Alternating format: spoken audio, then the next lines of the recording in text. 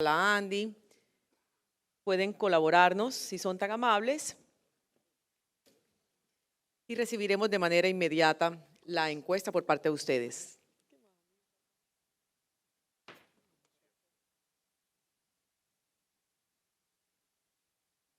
Muy bien.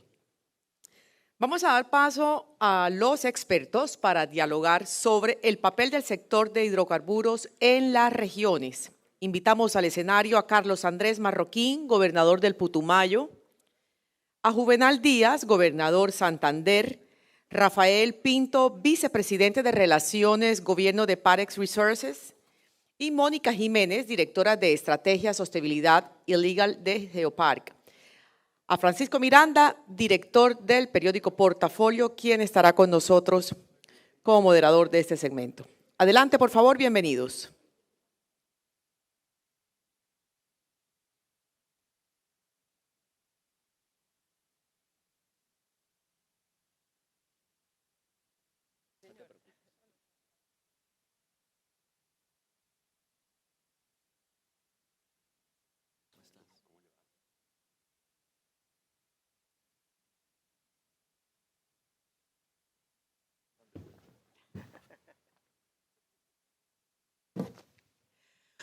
Buenos días a todos, soy Francisco Miranda, director del diario Portafolio, y agradezco mucho a Bruce McMaster y a todo el equipo de la ANDI el invitarme a moderar este tema interesante que en teoría pues no deberíamos estar discutiendo elementos del papel de un sector como el sector petrolero, gasífero y de hidrocarburos en las regiones. Deberíamos estar en un momento en el cual pues deberíamos entender un poquito que una industria que genera altos porcentajes alrededor del 40% de las exportaciones colombianas, casi que 1 de cada 5 pesos que ingresan en las arcas fiscales de la nación y casi 3 de cada 4 pesos de las regalías provienen específicamente de la industria petrolera, hidrocarburos, gas y petróleo, pues debería ser un asunto de no discusión. Pero es una oportunidad que tenemos aquí en este panel para profundizar desde 2 puntos de vista, el punto de vista de uno de los departamentos más históricamente relacionados con la industria petrolera, como es Santander. Bienvenido, gobernador Juvenal Díaz, a nuestro panel. Y desde el punto de vista de 2 empresas de la industria, Parex Resources y Geopark, para poder analizar los detalles de ese papel y poder mirar y desmenuzar un poquito, bueno, ¿por qué es que la vida, digamos, en las regiones petroleras es diferente y mucho mejor percibida desde ellos, como la que podemos percibir desde cómodos sillones en barrios capitalinos, por ejemplo? De cómo la vida en las regiones puede influir en el sector petrolero puede influir y cómo se viven ciertas situaciones, sí, conflictivas que se están viviendo, digamos, en las regiones.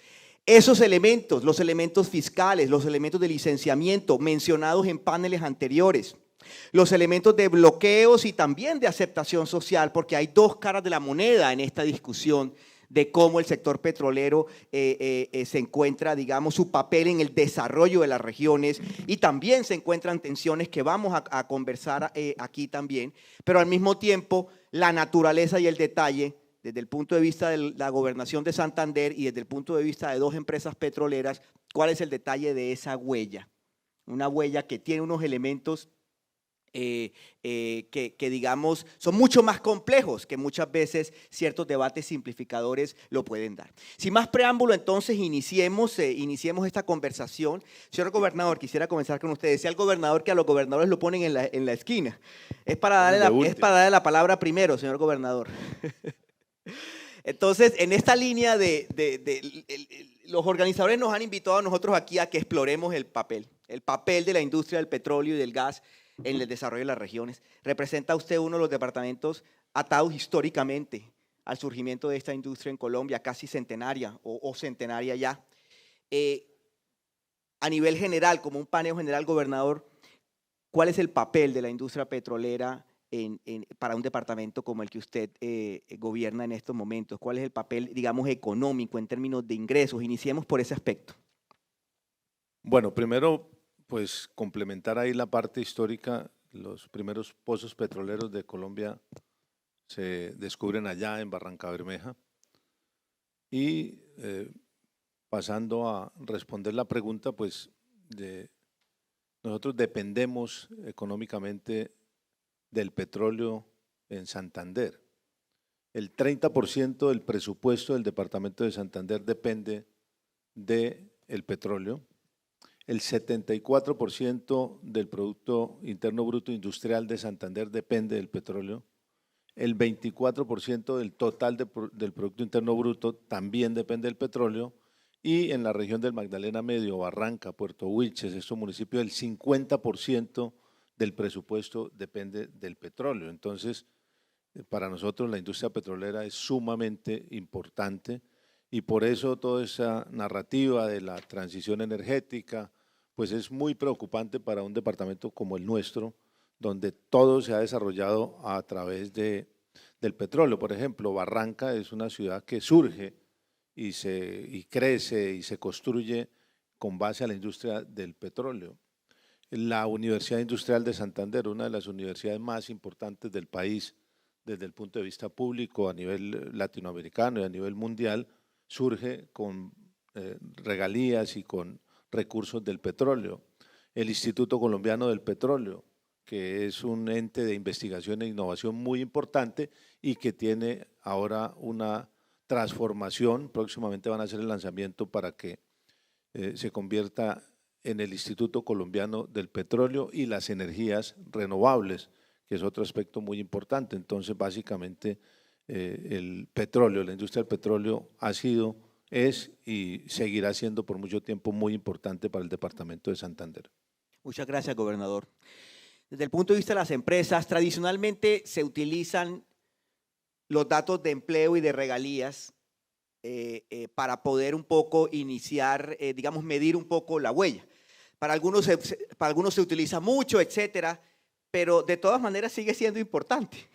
Y quisiera comenzar el análisis del papel de las regiones, de la industria de los hidrocarburos en las regiones, comenzando por ese camino tradicional. Entonces, quisiera hacer la misma pregunta para ambas empresas, comenzando, Rafael, con Mónica de Geopark. Primero, Mónica, un poco, seguramente mucho del auditorio conoce dónde está Geopark, pero una mención rápida a dónde se encuentran los proyectos sería importante, en qué municipios y en qué departamentos. Y lo segundo sería, abordemos en esta primera ronda, Rafael y Mónica, ese abordaje tradicional. Sí, tradicionalmente, tradicional no significa no importante, ya seguramente la respuesta de ustedes irá en esa línea. ¿Cuál es la huella en términos de empleo, en términos de regalías, de recursos que una empresa como Geopark digamos, entrega y crea y genera en los municipios de su área de influencia? Bueno, pues gracias por la invitación, gracias por la pregunta. Hablemos entonces de la huella clásica, como habíamos hablado nosotros de Geopark. Geopark es una compañía que comenzó operando exploración y operación en Latinoamérica. Y durante los últimos años, acá el mensaje más importante es le hemos apostado a Colombia como un gran foco de nuestro negocio. Estamos concentrados en Colombia y en los lugares en los que estamos son Meta, Casanare y Putumayo. Tenemos proyectos tanto de exploración como de producción, estamos con varios socios, entre ellos Jocol, pues Parex, Gran Tierra, Frontera. Entonces diría yo que es importante empezar por ahí porque la apuesta estamos apostándole mucho a este país.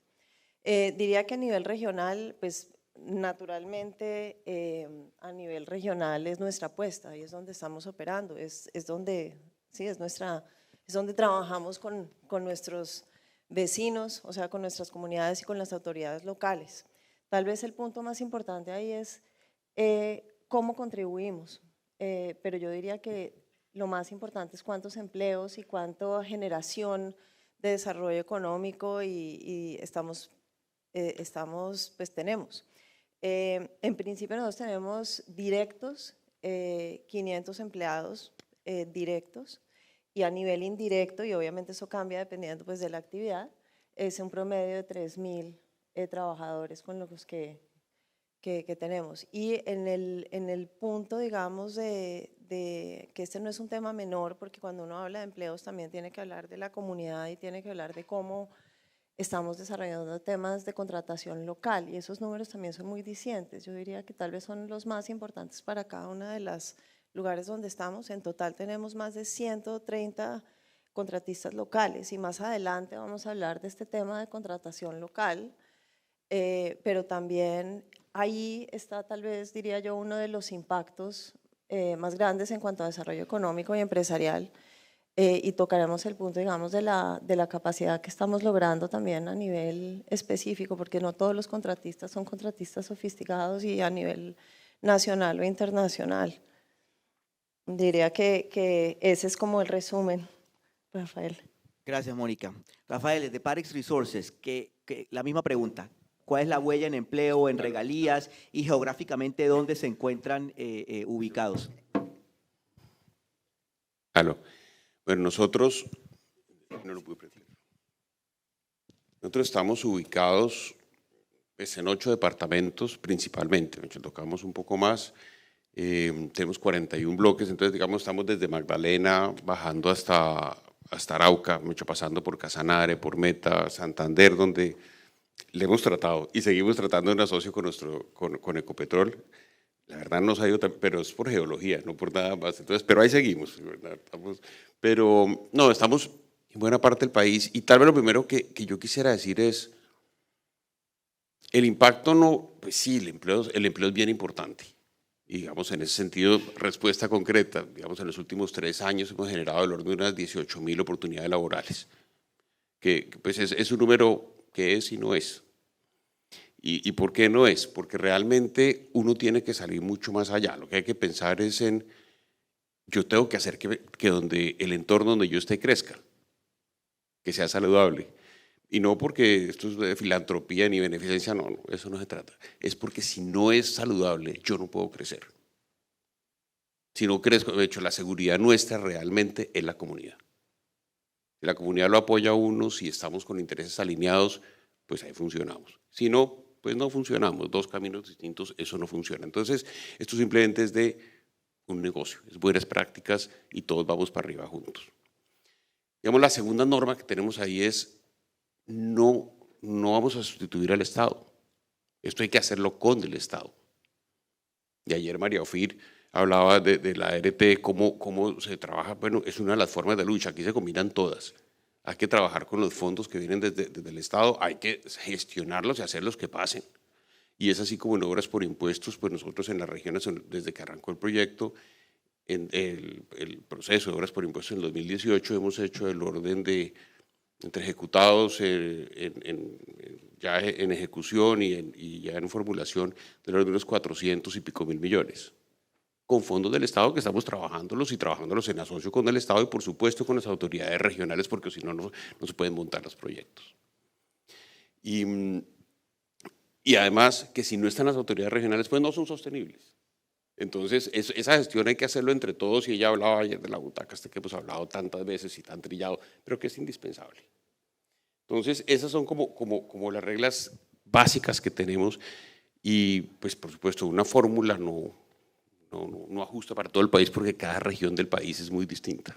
Es un país distinto. De hecho, es muchos paisitos dentro de Colombia. Entonces, ahí combinamos compensaciones, inversión social, por supuesto, fondos de la DIAN, todo tiene que ser combinado para que entre. Ya dentro de eso, y digamos, para no ponernos a particularizar áreas, uno sí tiene que buscar factores comunes, mínimos comunes denominadores. Entonces es así como, ¿qué es lo que no tiene el agua? Y eso me lo han oído decir todos muchas veces. El agua potable no está en el país. Y estamos llenos de agua, pues no ahorita, pero Colombia tiene mucha agua, pero no tiene agua potable. Entonces en eso hemos trabajado mucho con todas estas formas de lucha, entre obras por impuestos, entre proyectos ambientales, entre inversión social. Y hoy en día hemos podido sacar en los últimos 3, 4 años del orden de unas 90.000 personas que ya cuentan con agua potable. Y eso va de la mano de saneamiento. Hay un proyecto divino que me encanta con unos sobreimpuestos que van 1.300 baterías sanitarias. Bueno, eso evita que los ríos se dañen, entonces ya desde la base hacemos que el agua quizás no haya que tratarla tanto. Educación. Educación es el segundo factor común que todos los municipios piden. PEDET y no PEDET, todo el mundo pide educación. Y ahí hemos podido trabajar, y hay que hacer mucho más, por supuesto, en adecuar y en suplir las escuelas que ya están, pero en equiparlas mejor. Vamos por un poco más de tal vez unas 130, 140 escuelas, combinando todo, combinando obras por impuestos y combinando inversión social.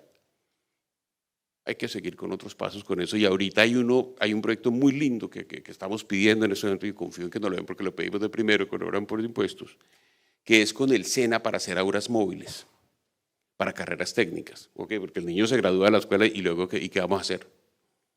Entonces, ese proyecto que es nuevo, ese no estaba antes en las líneas, es un proyecto que complementa muy bien y llega hacia la gente y no la gente tiene que ir a estudiar a otros sitios.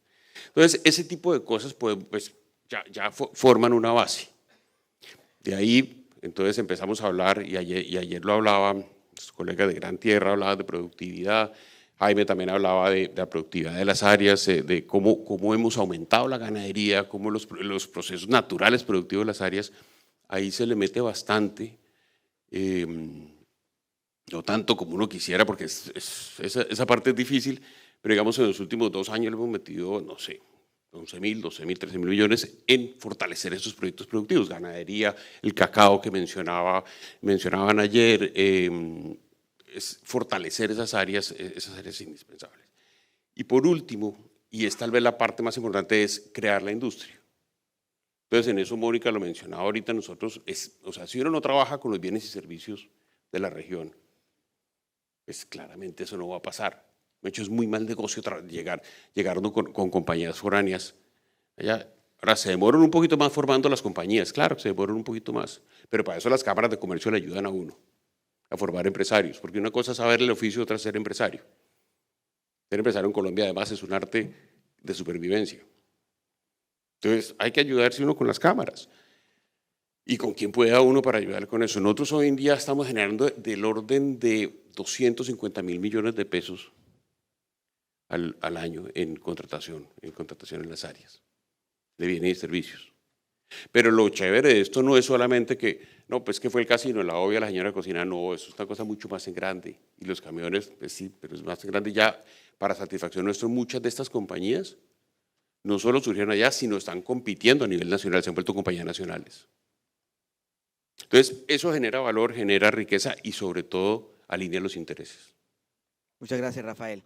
Gobernador, muchas veces esos recursos de regalías quedan como esas estadísticas allá arriba, y muchas veces la trazabilidad es difícil de entender.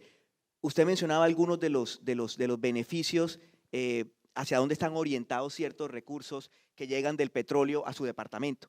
¿Podría profundizarnos un poco más sobre esos recursos que llegan de regalías? ¿Hacia dónde? ¿Qué proyectos locales? ¿En qué inclusive que vengan anteriormente o que usted esté planeando ahora que se encuentra el arranque de su administración? Un mundo esos recursos, ¿hacia dónde van, gobernador? ¿Qué piensa, hacia dónde los va a destinar usted en su plan de desarrollo que seguramente comenzará, digamos, ya deben estar organizándolo? ¿Hacia dónde van a ir esos recursos?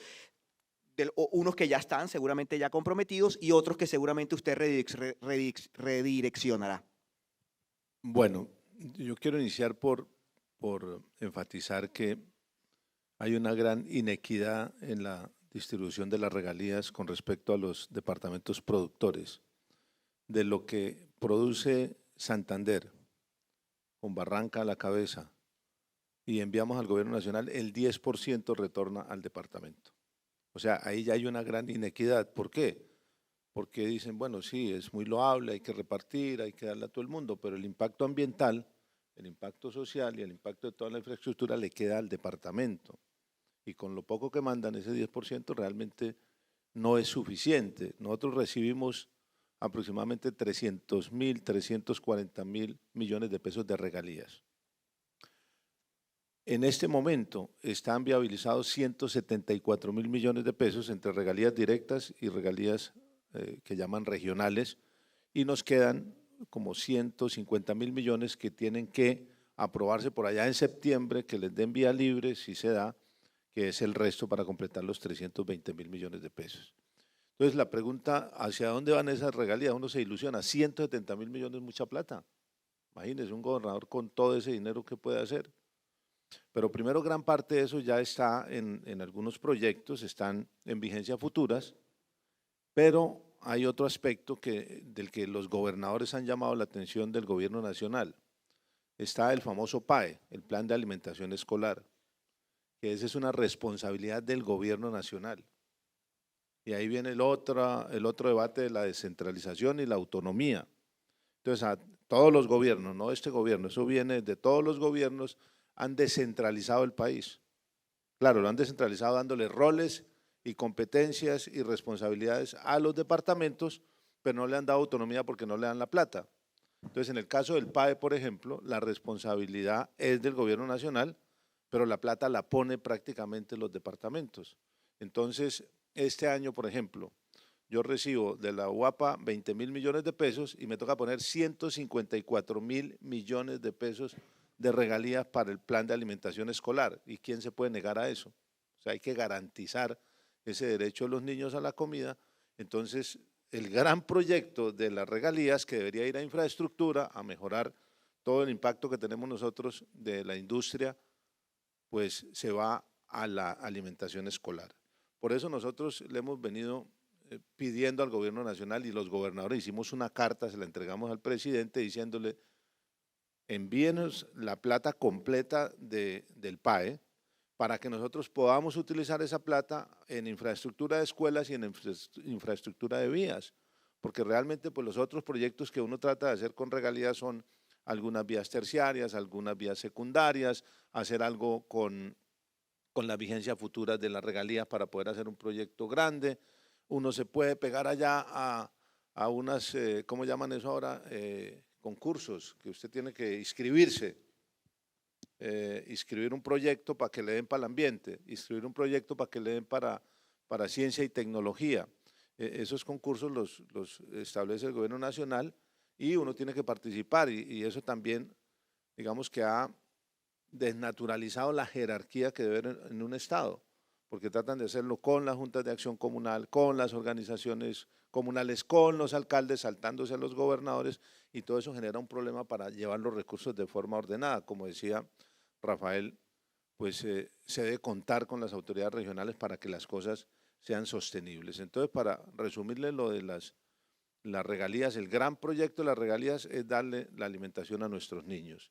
Y con lo que queda, con lo que se pueda lograr, que si autorizan en OCADPAS, pues usted puede apuntarle a vías dobles calzadas para, por ejemplo, arreglar el problema de la movilidad en Bucaramanga, o le puede apuntar al arreglo de escuelas, depende de los proyectos que usted viabilice y presente allá en el gobierno nacional. Gracias, gobernador. Cualquier discusión de regiones y de la industria petrolera debe tocar las tensiones ambientales y sociales que mencionaba yo en la introducción. Quisiera dedicar lo que queda de esta segunda ronda con las empresas un poco a preguntarles cuáles son esos desafíos, esos retos a nivel, digamos, ambiental, en sus proyectos, en las localidades que impactan al mismo tiempo en esa conversación social donde se reflejan también esas tensiones ambientales. Comencemos contigo esta vez, Rafael.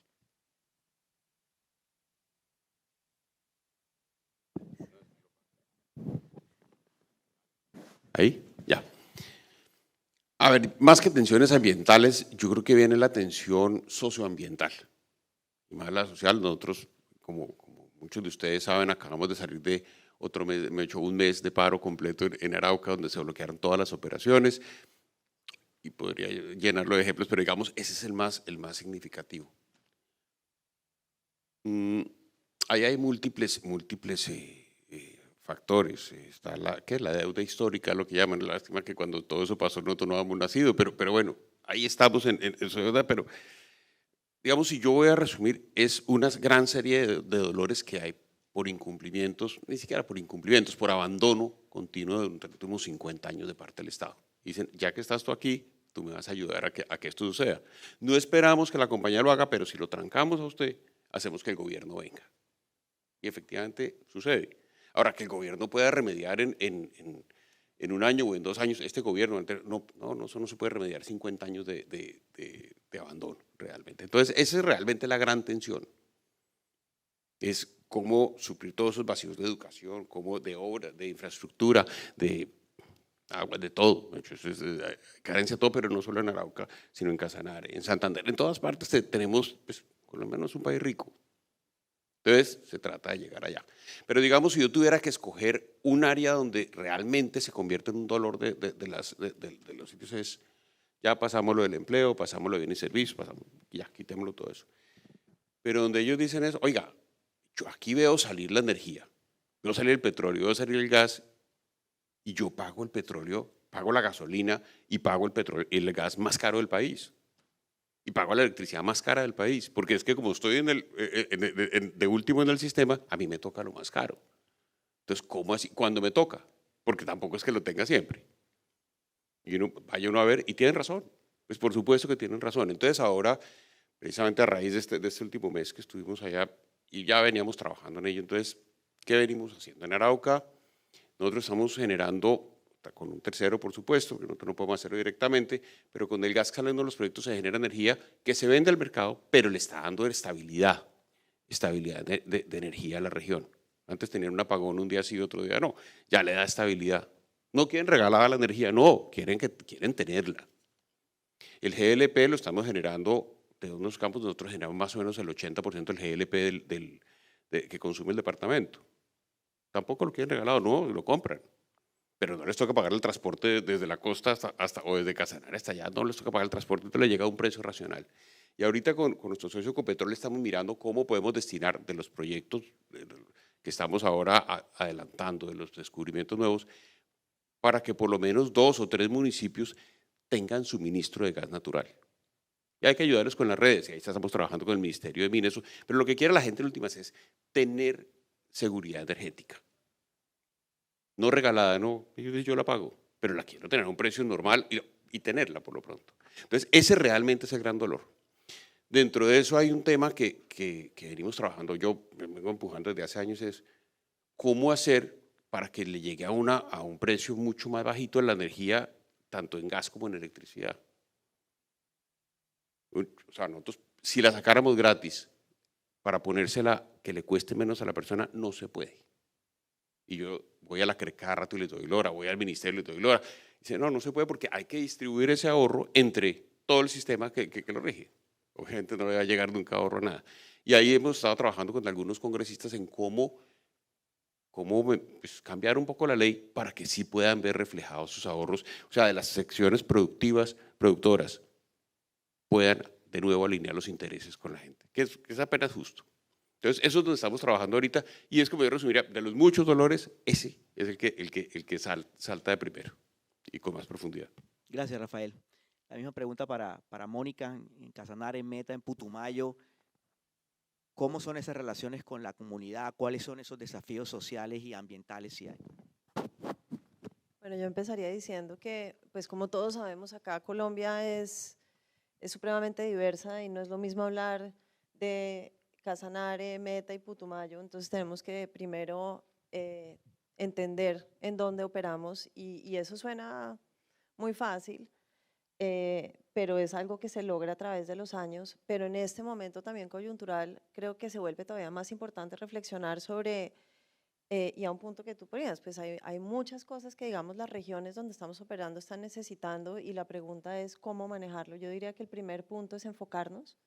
En Geoparque estamos haciendo un proyecto ahorita muy bueno de revisar nuestra línea base en cada uno de los departamentos en los que estamos, en los municipios, en las veredas, entender de dónde viene la historia de cada uno de estos territorios y poder de esta manera enfocar la inversión social y las alianzas en temas que crean impacto, que crean valor y no solamente para la empresa, sino también pues para las comunidades con las que trabajamos, para nuestros vecinos. El segundo punto, diría, es un tema de, además de enfocarnos y de la atención que tú hablabas, es claro, hay una atención socioambiental, entonces eso también me lleva, además del foco que tenemos que poner en las regiones, pues cuál es el diálogo que tenemos que tener con nuestra gente, porque pues nuestros vecinos tienen que entender muy bien y nuestros contratistas cuáles son nuestros proyectos. Y ese diálogo tiene que ser constante. Ayer hablaban un poco de las alianzas público-privadas y cómo se hacen, y definitivamente tiene que ser un diálogo constante, efectivo, y creo que María Victoria Llorente ayer decía, no es un tema de ir a hacer una reunión y ya me di por informado, es un tema de respeto mutuo, de trabajar, como le decimos nosotros, con nuestros vecinos. Y eso es diferente si estamos en Meta, en Casanare y Putumayo, en la medida en que pues, tenemos que trabajar con las autoridades locales, con nuestros vecinos y con la empresa y entender muy bien, como dije, la historia y las necesidades de cada uno. Un ejemplo, digamos, tal vez de cómo los dos temas convergen y se pueden llegar a solucionar cualquiera de las tensiones que puedan existir, vuelvo y repito, es un diálogo y es un tema de transparencia. Nosotros tenemos un ejemplo que nos parece que muestra qué quiere decir esto y obedece también a entender cuál es el mensaje que nos está dando el gobierno, cuál es el mensaje que nos están dando las entidades locales y también las autoridades locales, que es una licencia que acabamos de recibir, que es la licencia ambiental para un bloque en Putumayo. Y eso suena pues como business as usual y no lo es, porque en realidad lo que hicimos ahí fue un ejercicio de un taller en el que trabajamos con las comunidades, con las autoridades locales de la mano, con el ANLA, que además hicieron un trabajo fenomenal. Y nos sentamos y después hicimos una audiencia pública donde, si les digo las cifras, que les gustan las cifras, tuvimos más de 900 personas presenciales alrededor de este proyecto de nuestra zona de influencia y nosotros trayendo a las personas para hablar, donde hicimos una audiencia que duró, no sé, más de 19 horas live, uno la podía ver mientras que estaba sucediendo, donde el mensaje que nosotros le dimos a nuestros vecinos y a nuestras instituciones locales fue, hablemos y háganos todas las preguntas que puedan darse de este proyecto y las vamos a contestar y las vamos a hablar. Ahí hay un tema muy importante que es el lenguaje. Nosotros a veces como pues expertos en hidrocarburos hablamos un lenguaje, pues como los abogados, eso lo he dicho en algunas veces, que no se entiende a veces nada. Entonces tenemos que también buscar la manera de tener un diálogo directo y claro con nuestros vecinos. Es un tema, como decía antes, de respeto. Eso se logró en esa audiencia. Fue un trabajo o sea, muy grande. Claro, uno podría decir, fue de alguna manera algo que no estábamos esperando de esta manera y lo logramos y salió la licencia como tal. Y eso estuvo muy bien. Ahora, ¿cuál es el tema acá de fondo? Si nosotros pudiéramos seguir trabajando de la mano con las entidades locales y nacionales para sacar las licencias con ese nivel de diálogo, de transparencia, pero también con más agilidad, podríamos además ser muchísimo más productivos y eficientes en el trabajo que estamos haciendo. Entonces eso ata también a mucho de lo que hemos hablado ayer y hoy, de, bueno, ya sabemos qué está pasando con los contratos existentes, ya sabemos qué está pasando con el tema de exploración, pero ¿cómo usamos estas discusiones para poder hacer, pues para ser más efectivos en las metas que tenemos en cuanto a producción del país y cómo nosotros como empresas, además de hacerlo bien, pues aportamos a esas metas? Entonces yo diría ahí en el mediano plazo, porque pues a largo plazo la discusión pues es más amplia, ahí diría yo está la llave para agilizar los temas a nivel de negocio, a nivel de gobierno y a nivel territorial. Gracias, Mónica. Tenemos tiempo para una última ronda, se nos quedan algunos temas en el tintero. Quisiera dedicar esta última ronda un poco más hacia una perspectiva futura. Gobernador, frente a estos anuncios que se están dando por parte del gobierno frente a la nueva exploración de gas y de petróleo en Colombia y teniendo en cuenta su intervención inicial de cómo Santander tiene una participación importante de su vida económica como departamento, de las regalías y de las actividades de esta industria.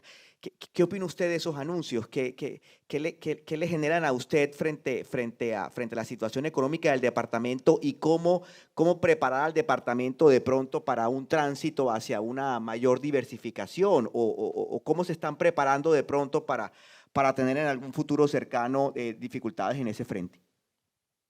Bueno, pues lo que salta a la vista es que eso es nefasto para el departamento de Santander. Son anuncios de reducción de exploración, de contratos, etcétera, etcétera, pues que le hacen daño al departamento. Y ahí es donde uno se pregunta, bueno, pero ¿dónde están las acciones para mitigar eso?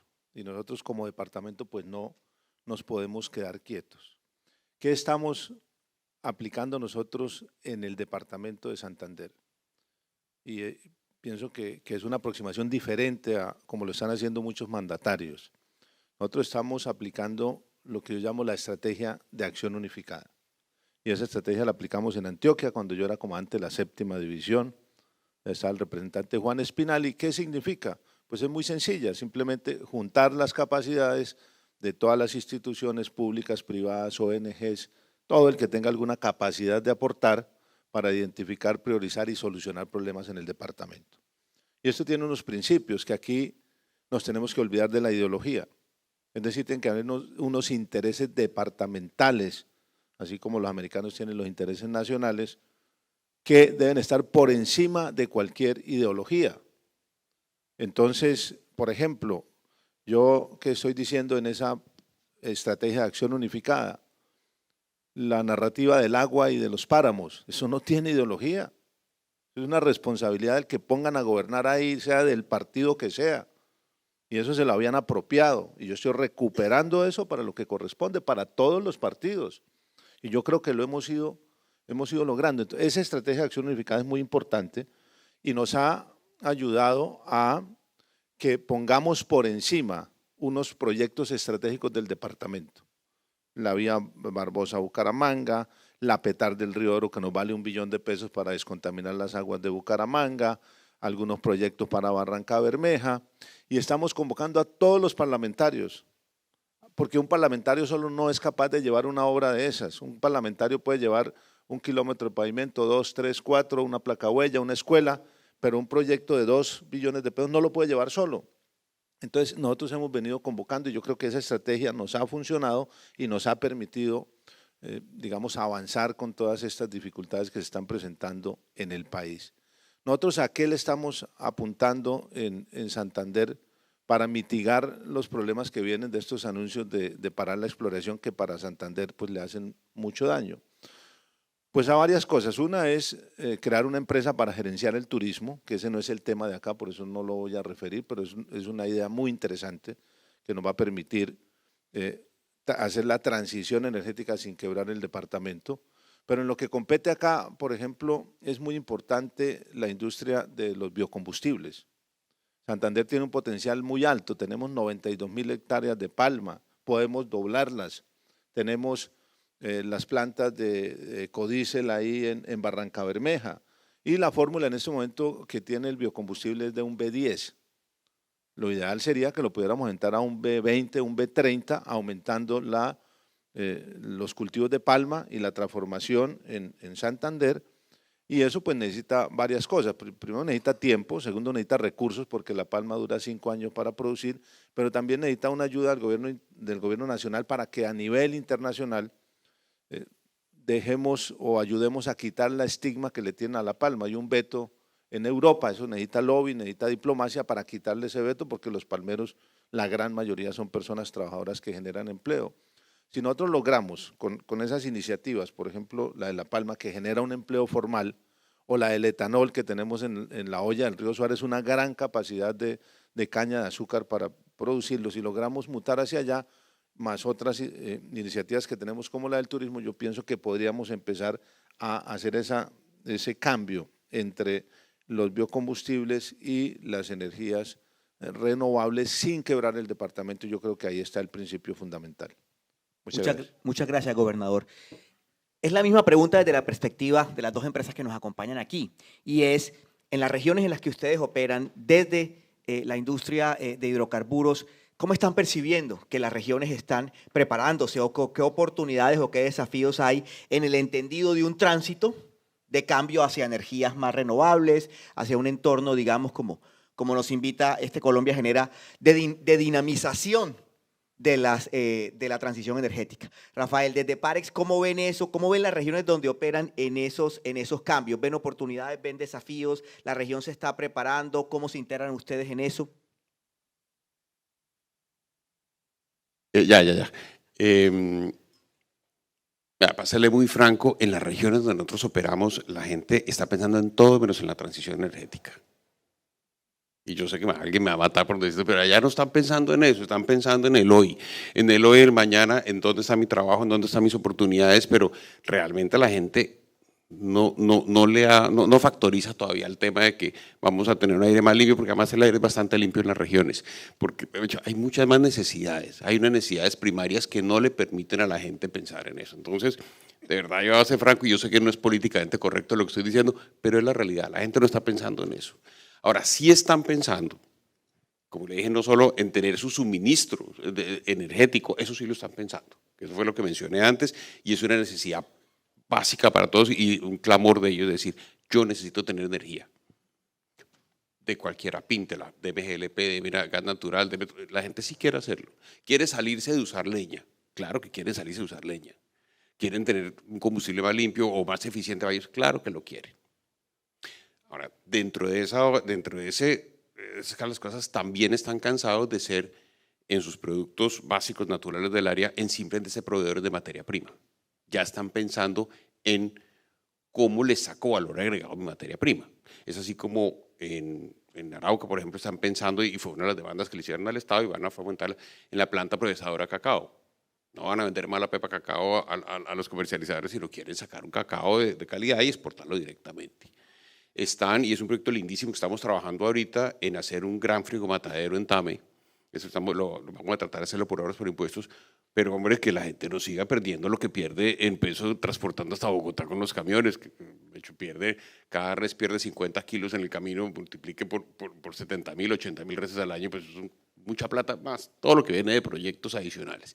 Entonces, en eso sí están pensando, en sacarle mucho más valor agregado a sus propios productos, y dejar de ser proveedor de materia prima. Pero es lo que es, y para eso es la transición para ellos, pero es transición económica.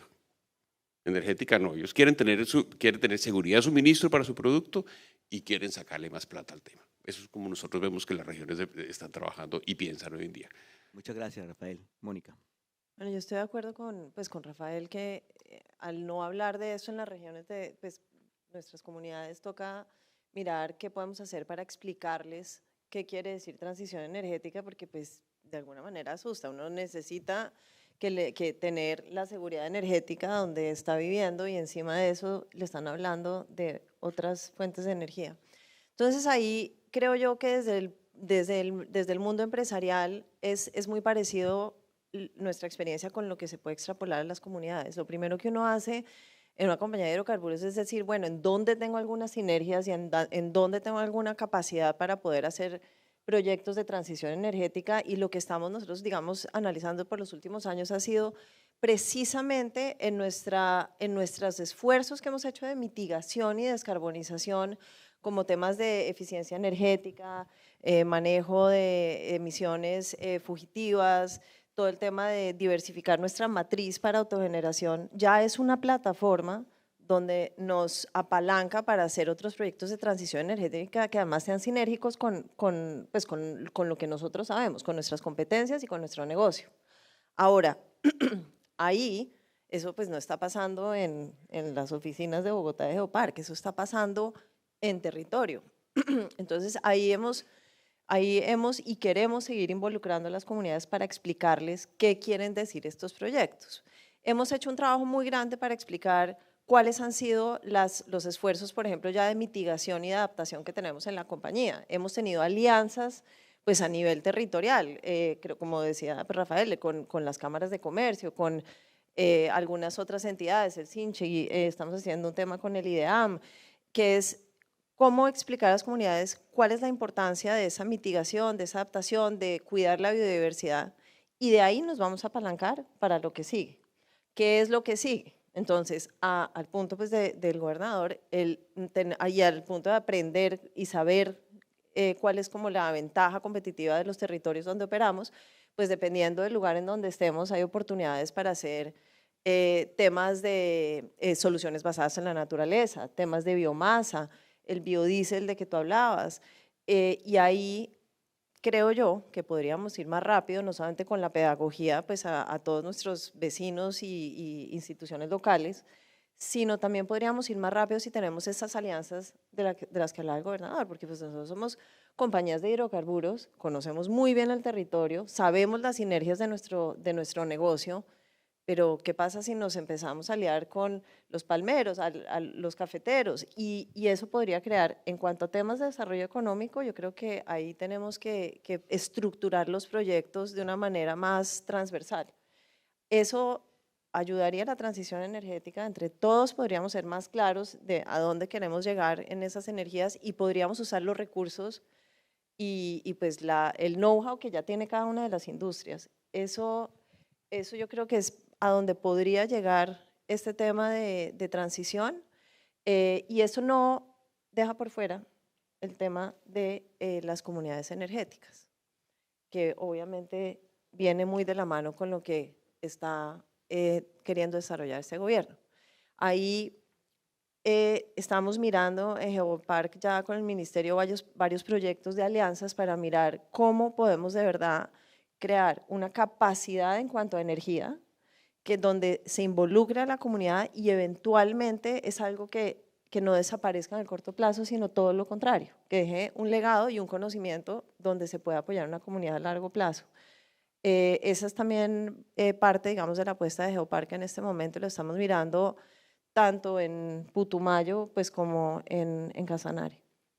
Muchas gracias. Mónica Jiménez de Geopark, muchas gracias a Rafael Pinto, Parex Resources Colombia, gobernador Juvenal Díaz del departamento de Santander.